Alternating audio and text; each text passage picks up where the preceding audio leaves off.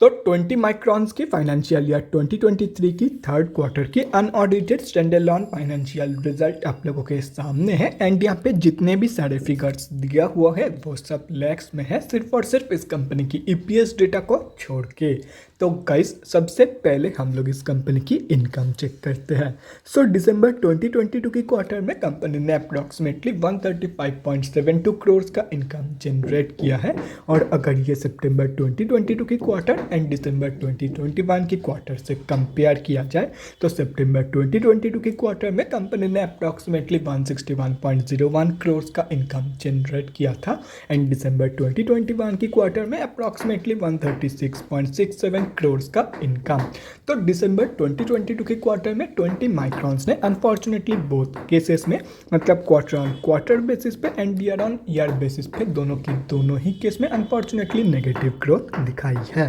तो अभी अगर इस कंपनी की एक्सपेंसेस के बारे में डिस्कस करें तो दिसंबर 2022 के क्वार्टर में कंपनी ने अप्रॉक्सीमेटली 126.96 करोड़ का खर्चा किया है।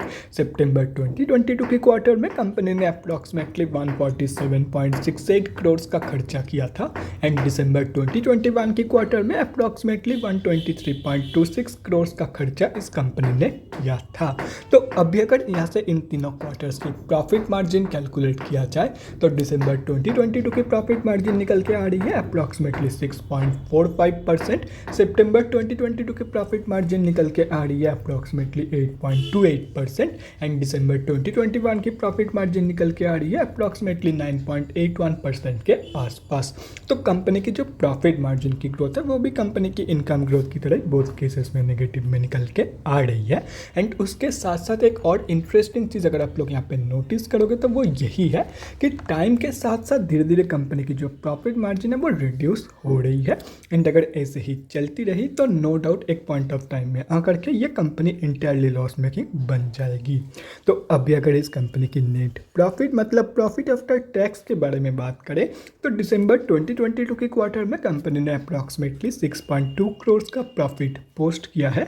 सितंबर 2022 के क्वार्टर में कंपनी ने अप्रॉक्सीमेटली 9.86 करोड़ का प्रॉफिट पोस्ट किया था। एंड दिसंबर 2021 की क्वार्टर में अप्रॉक्सीमेटली 9.92 करोड़ का प्रॉफिट इस कंपनी ने पोस्ट किया था।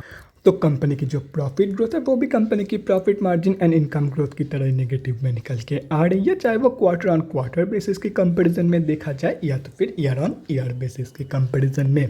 और रही बात कंपनी की ईपीएस की मतलब अर्निंग्स पर इक्विटी शेयर की, तो दिसंबर 2022 की ईपीएस वैल्यू निकल के आ रही है 1.76 की। सितंबर 2022 की ईपीएस वैल्यू निकल के आ रही है 2.79 की। एंड दिसंबर 2021 की ईपीएस वैल्यू निकल के आ रही है 2.81 की।